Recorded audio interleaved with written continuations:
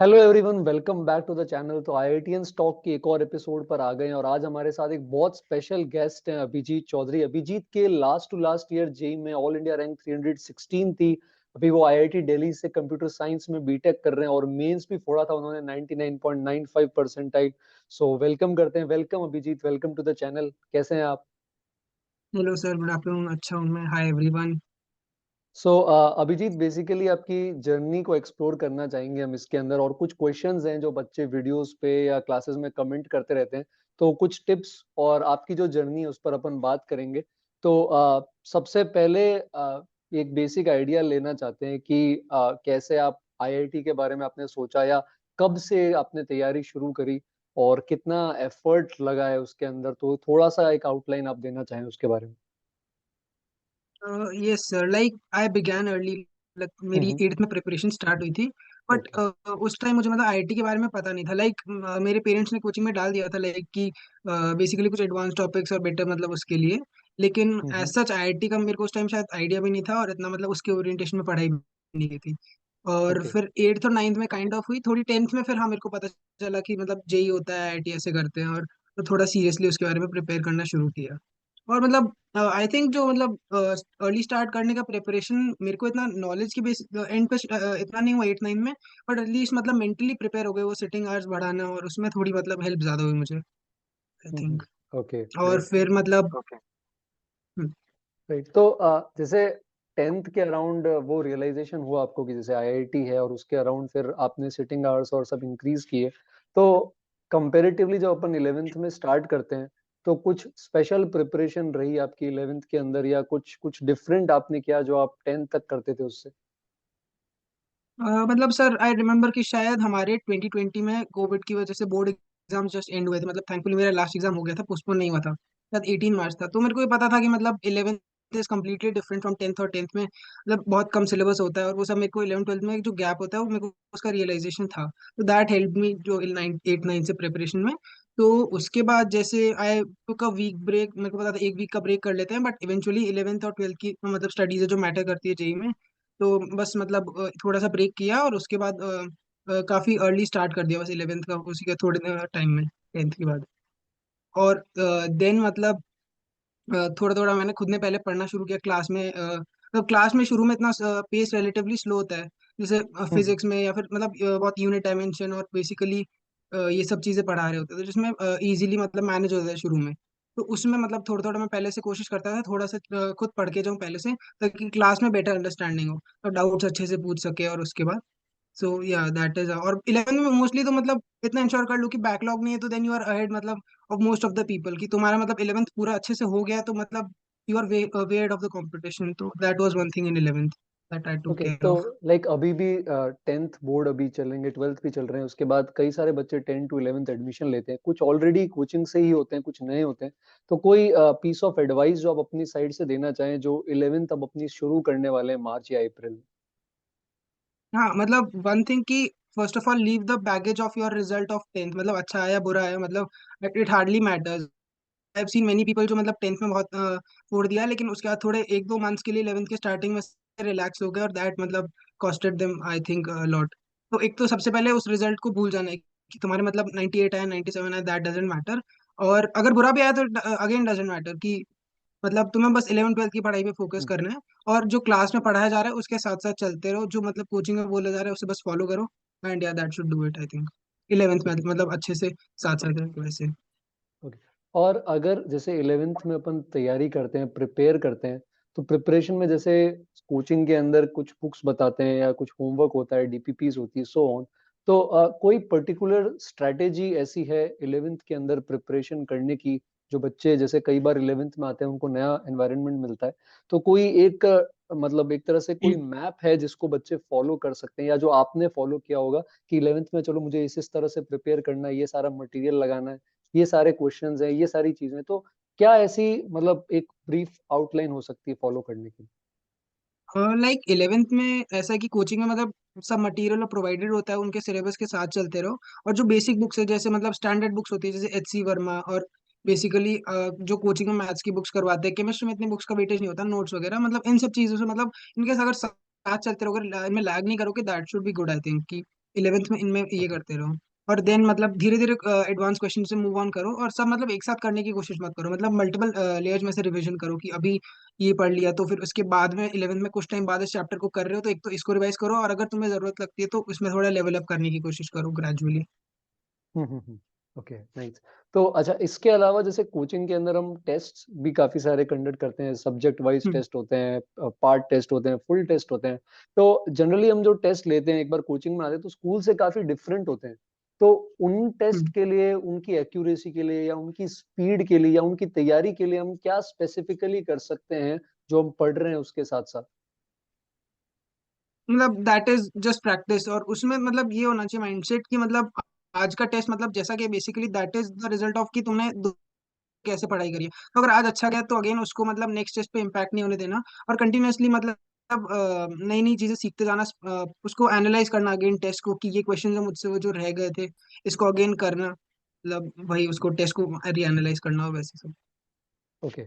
और 11th के बाद अगेन जैसे हम 12th पे आते हैं तो कई बार जैसे 11th में जो लोग अर्ली ज्वाइन करते हैं तो उनका कोर्स भी जल्दी हो जाता है, फिर 12th भी उनका जल्दी स्टार्ट हो जाता है, कई बार 11th के फाइनल एग्जाम से पहले ही स्टार्ट हो जाता है। तो 12th आजकल जैसे फरवरी में ही स्टार्ट हो जाती है, तो 12th के अंदर 12th भी होता है, 11th भी रिवाइज करना होता है, बोर्ड्स भी होते हैं और फिर जेई तो ऑफ कोर्स होता ही है। तो 12th के अंदर क्या माइंडसेट रहा था आपका जब आप तैयारी कर रहे थे? ना दैट इज ना कि इलेवेंथ की अच्छी preparation, that's where it comes handy, कि मतलब if you are hmm. Prepared well तो बस तुम्हें रिवाइज करना है। इफ मतलब अगर तुम्हें इलेवेंथ में फिर ट्वेल्थ में इलेवेंथ का सिलेबस भी कंप्लीट करना पड़ रहा है, that makes it a lot more difficult. मतलब it's not impossible but it is very very difficult, मतलब कि साथ साथ सब कुछ रिविजन भी करना होगा। इसलिए एक बार इलेवेंथ में पहले से कंप्लीट करके रखो, एंड देन मतलब ट्वेल्थ में भी अगेन साथ साथ चलते रहो, और ग्रेजुअली मतलब वीकेंड्स पे या जब भी कोशिश करोगे टाइम निकाल के एक बार मतलब बेसिकली इलेवेंथ में एक या दो बार अच्छे से इलेवेंथ का सिलेबस का रिवीजन हो जाएगा। इलेवेंथ में भी तुम्हें रिविजन करना है, और उसके बाद बेसिकली टाइम रिड्यूस हो जाएगा, होता जाएगा रिविजन का, तो तुम्हें ट्वेल्थ में भी मतलब टाइम मिल सकता है आपको, मतलब अगर वैसे करेंगे। Okay. अच्छा, anything special that is needed in 12th, something extra as compared to 11th or something different जो 12th की तैयारी है या it is same as 11th only? मतलब eleventh is like for most people it is a jump between tenth and eleventh ना, it is a very huge hmm. Gap, so उसमें बहुत लोग शॉक में रहते हैं, बट ट्वेल्थ में आते हैं धीरे धीरे पीपल टेंड टू मेच्योर, उसको उनको पता चलता है क्वेश्चंस कैसे अप्रोच करना है और how how to do it. तो ट्वेल्थ में they tend to figure it out slowly. So right. ऐसे इतना डिफरेंट नहीं करना होता, but just keep doing the same things consistently. Okay. And I think like 12th का कोर्स रिलेटिवली थोड़ा सा जल्दी फिनिश हो जाता है, तो फिर अगर अपन बात करें लाइक 12th का कोर्स हो गया है, अब now you have your mains one, you have your boards, you have mains two, and then 1.5 months later you have your advance. तो स्पेशली जब कोर्स कोचिंग में खत्म हो गया, अब रिवीजन चल रहा है कोचिंग में, अब now you have completed everything, so now how we assimilate everything, कैसे सबको इकट्ठा करें और कैसे अब हमारी तैयारी को ऑर्गेनाइज कर सकते हैं अब फाइनली जब अब मेंस और एडवांस आने वाला है? हाँ, तो उस पीरियड में ना that is the time when you tend मतलब अगर तुम्हारा अच्छे से if you have completed the syllabus properly, then that is the time to level up and do tough move on to tougher questions, मतलब eventually जो advance में आने हैं उसकी प्रैक्टिस की, और मतलब you may if you have time you may shift to some different books और ना यू टफर बुक्स। और सिलेबस कंप्लीशन तो ऑब्वियसली वो एक एसेंशियल चीज है ही, उसका हम्म। रिवीजन और उस टाइम में उस पर डिवोट करना चाहिए था। तो लाइक अभिजीत, अभी जैसे मेंस वन हो गया है और अभी जैसे बोर्ड्स चल रहे हैं, करेंटली बोर्ड्स 12th मार्च के अराउंड हो जाएंगे, साइंस मैथ्स वालों के, and then they have second attempt of mains in April first week, and then after I think 40 days of gap they have 26th में एडवांस है। तो क्या स्ट्रेटेजी हो सकती है? जैसे कई बच्चों का may be mains one panic में खराब हो गया, प्रेशर में खराब हो गया, पहली बार दिया, now they have mains two, तो मेंस टू के लिए क्या कर सकते हैं, या जिनका मान लो मेंस वन अच्छा हो गया है, तो वो एडवांस के लिए अब आगे अगले 2 महीने के लिए उनके लिए क्या प्रिपरेशन स्ट्रेटेजी हो सकती है? कुछ आपने स्पेशल फॉलो किया उसके लिए? हाँ, लाइक ये मेरे साथ भी हो गया था कि फर्स्ट में जितनी एक्सपेक्टेशन थी उससे काफी खराब हो गया था। I hmm. Think I got something around 97 99.7 some percentile, तो मतलब अच्छा 2020 है मतलब कई मेरे को जो लोगों के। एक्सपेक्ट अच्छा है, मतलब नहीं हाँ। अच्छा है, बट आई मतलब जो मेरी एक्सपेक्टेशन थी उससे बहुत मतलब राइट। मिसमैच हो गया था, मतलब कि तो मेरे को हम्म। लग रहा था कि मतलब फर्स्ट ऑफ ऑल एक तो when you belong to a local coaching तो थोड़ा डाउट आया था कि मतलब क्या मतलब मेरी ये रैंक आनी थी या बस मेसअप हो गया थोड़ा सा, बट स्टिल आई बिलीव कि नहीं मैंने पढ़ा है तो मतलब बस कंटिन्यू करना चाहिए, it was a one of day की जो खराब जा ही सकता है मतलब। however hard you try, मतलब कितने भी टेस्ट दे दो, but there is always a possibility कि मतलब you may end up missing it. So but still you just keep on giving the test and the probability कि तुम miss करोगे थोड़ा कम हो जाता है. एंड मतलब उसको अगेन वही है कि if you are prepared throughout the 2 years dedicatedly, मतलब तो फिर इवेंचुअली ऐसा नहीं हो सकता कि तुम्हारा मेंस 1 मेंस 2 एडवांस सब खराब हो जाए. तुम मतलब अच्छा कर दोगे इवेंचुअली किसी में, और इनफ अपॉर्चुनिटीज होती है. तो या दैट इज वन थिंग. और मतलब मेंस 1 के बाद अगर तुम्हारा फर्स्ट मेंस अच्छा हो गया तो you have to move on to again, as I said, कि तुम एडवांस की ओर फोकस करने लगो थोड़ा. और अमिट्स ऑल दिस बोर्ड्स मतलब इतना आई डोंट थिंक कि उस पर फोकस करने की जरूरत है, कि तुम्हारी अगर हम्म। प्रिपरेशन अच्छी है तो फिर तुम्हें बोर्ड्स मतलब इवेंचुअली हो जाता है. और बोर्ड्स में आई थिंक कि मतलब फिर 85 या 90 या 95 इट हार्डली मैटर्स, और 98 95 को 98 में कन्वर्ट करके इतना कुछ रिजल्ट्स होना नहीं है. तो जेई पे फोकस करना चाहिए. और मतलब मेरे भी शायद 11th में मैं शायद हाफ ईयरली भी देने नहीं गया था, डमी की थी मैंने प्योरली. मतलब डमी थोड़ा सा वैसा वैसा डिसीजन है कि इट्स योर कॉल, की हम्म। अगर उसमें बहुत सारे ऐसा भी हो सकता है कि स्कूल ना जाओ तो स्लीप साइकिल खराब हो जाए और बहुत सारे इश्यूज भी हो सकते हैं. बट इफ यू स्टडी मतलब टाइम तो मिलता है फिर पढ़ने का. How you convert it, that is up to you. तो या that is one thing. And specially for the last 1 month जब एडवांस की हम तैयारी कर रहे हैं, तो एनीथिंग एक्स्ट्रा मटेरियल वाइज या टाइम वाइज कुछ एक्स्ट्रा स्पेशल एडवांस की तैयारी के लिए चाहिए क्या, अगर हम मेंस 2 से एडवांस वाली जर्नी देख रहे हैं? लाइक पहले तो मैंने जैसे मेंस के लिए मतलब बेसिक बुक जैसे मैंने बताया था वो की थी. और विकास गुप्ता मैथ्स के लिए मैंने फॉलो की थी, तो उसको मैंने रिवाइज हम्म। किया, क्योंकि उसको मतलब 2 बार करो 3 बार करो, you always get to know new things out of it. उसके इंपॉर्टेंट क्वेश्चन जो मैंने पहली बार मुझसे नहीं हुए, स्टार मार्क किए, और मतलब उसका सोल्यूशन देखना पड़ा, वो वापस मैंने खुद से अप्रोच किए. एक तो वो एडवांस में बहुत हेल्प किया, क्योंकि मतलब यू नो कि मैं पहले ये नहीं सोच पाया था, मतलब am I able to now think of it. और उसके अलावा थोड़े से न्यू क्वेश्चंस भी करने होते हैं, क्योंकि अगर तुमने सब देखे हुए हैं तो एडवांस में तो नए क्वेश्चन आने हैं. तो उसके लिए आई डिड समीर बंसल और फिट जी का मटेरियल. तो फिट जी का right. Material like I did it in 12th, मतलब 12th के थ्रू आउट मैं करता रहा था. उसको भी अगेन रिवाइज किया, तो मतलब उस एक महीने में बहुत ज्यादा मटेरियल वाइज नहीं हो सकता, रिवीजन करना है और कुछ नए क्वेश्चंस के एक्सपोजर को भी ऐसे रखना है. ओके। हम्म. Great, great. तो जर्नी जैसे throughout 2 years is a long enough time and there are definitely ups and downs. तो मैं बस ये पूछना चाहता हूँ कि like what are the challenges that you faced as a student, और कैसे आपने उन चैलेंजेस को एनकाउंटर किया? चैलेंजेस मेरे मतलब मोस्टली ऐसा था, क्योंकि मैं फिजिक्स में काफी एफर्ट लगाता था और ऐसे पढ़ के भी जाता था, वो मुझे मोस्टली हम्म। समझ आ जाती थी. स्टिल जो डीपीपीज में कंफ्यूजन डाउट होते थे मैं सर से क्लैरिफाई कर लेता था. केमिस्ट्री में मुझे काफी ऐसे मतलब स्पेशली ऑर्गेनिक और उस पार्ट में काफी कंफ्यूजन हुए थे कि ये कौन सा ये कैसी रिएक्शन हो जाएगी, ये दिखेगा कैसे. और उस पार्ट में मतलब इनिशियली तो थोड़ा सा ऐसे फ्रिक्शन आता ही है कि सोच नहीं पाते हैं कुछ, और फिर उसमें और लिंकेजेस बनते जाते हैं तो कंफ्यूजन होता है. तो मतलब 11th वाज गुड, क्योंकि उसमें मोस्टली फिजिकल केमिस्ट्री थी और मेरे को सब कॉन्सेप्चुअल चीजें थी, समझ आ रही थी, मैंने प्रैक्टिस भी कर ली थी. But around mid of 12th जब काफी ऑर्गेनिक होने लग गई थी, तो हम्म। एट दैट टाइम मतलब आई फेल्ट कि आई वाज लैगिंग, कि मेरी ऑर्गेनिक की प्रिपरेशन मतलब इतनी अच्छी नहीं है, कि मतलब टेस्ट में भी मेरे बेसिकली जो एक्सपेक्टेशन नॉर्मल मैथ्स और फिजिक्स में अच्छे आ रहे हैं, और केमिस्ट्री बेसिकली मुझे लेट डाउन कर रही है, ऑर्गेनिक वाला पार्ट स्पेशली, क्योंकि उस टाइम ऑर्गेनिक के टेस्ट हो रहे थे. दैट वाज समथिंग कि हाँ मैं मतलब एक वीक बैठा और उस पर मतलब जो भी सर के नोट्स थे, मैंने मतलब नोट्स बनाए थे, बट उनको अच्छे से बेसिकली हर चीज को रिएक्शन को याद नहीं किया था. तो अच्छे से याद किया, और जो सारी डीपीपीज और दी थी उसको लाइन वाइज सबको सॉल्व किया. बहुत कंफ्यूजन आ रहे थे, पर उनको फिर भी एनसर्कल किया, एक और बार खुद से ट्राई किया, और फिर सारे डाउट्स कलेक्ट करके मतलब सर से पूछने गया. और इवेंचुअली आई रिमेंबर कि कुछ 80 और डीपीपीज थी, और उसको मैंने मेन से पहले मतलब एक तो 2 बार तो पूरा ही सॉल्व कर लिया, और उसके बाद उनके जो इंपॉर्टेंट क्वेश्चन थे उनको 3 बार और सॉल्व कर लिया. तो मतलब एक हर एक रिएक्शन मुझे याद हो गई इवेंचुअली, कि जो मतलब रिएक्शन देखते ही पता चल जाए कि इसमें ये होगा, मतलब वो नेचुरली ऐसे क्लिक होने लग जाता है. तो मेरे उसमें थोड़ा ऑर्गेनिक केमिस्ट्री वाला पार्ट था थोड़ा सा चैलेंजिंग. हम्म। और फिर मतलब मेरे को ऑर्गेनिक में पता चल गया कि अच्छा ठीक है, साथ साथ ही पढ़ते रहना होता है, ऐसे लैग नहीं आने दे सकते. तो इनऑर्गेनिक में मैंने उसको थोड़ा टेक कर गया कि हाँ साथ में पढ़ रहा था, याद कर लिया. ओके। और कोई पर्टिकुलर मिस्टेक्स जो आपको लगता हो कि आपने अपनी जर्नी में कमिट करी मे बी, और वो मिस्टेक्स बच्चों को भी रिपीट नहीं करनी चाहिए, जिससे आपने कुछ सीखा हो?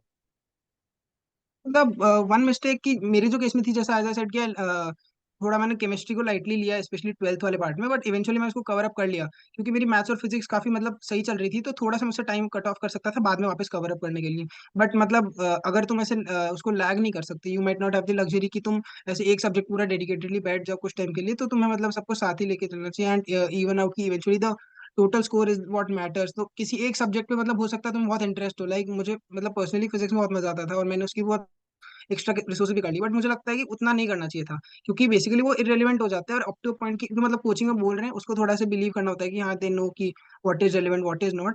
तो you know trust the teachers की बहुत सारे मटेरियल्स को ऐसे रेफर नहीं करना है, जो करना है वो अच्छे से करना है. That is one thing that lot of people fall into the trap of. Okay, great great.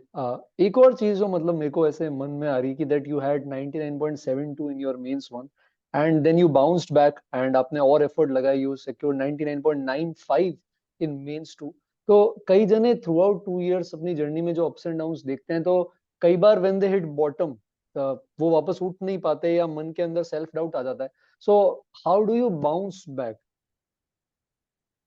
मतलब again it arises from the belief कि if you have worked hard, मतलब इट माइट हैपन ना कि in spite of working hard you might not get the results, but still if you know are perseverant about it कि तुम बस you just there and there, मतलब कि तुम just giving the test, analysing irrespective of the result, तो eventually you will get the result through out the 2 years। मतलब might be that you might not get the results today, 11 के starting में तुम्हारे marks नहीं आ रहे, but eventually मतलब you will and up with good grades if you follow the procedure this.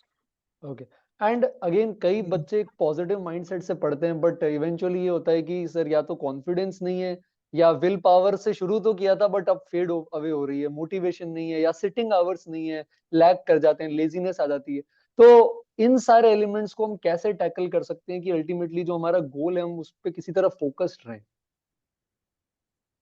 मतलब eventually it's your task, you have decided to pick it up, so you have to do it.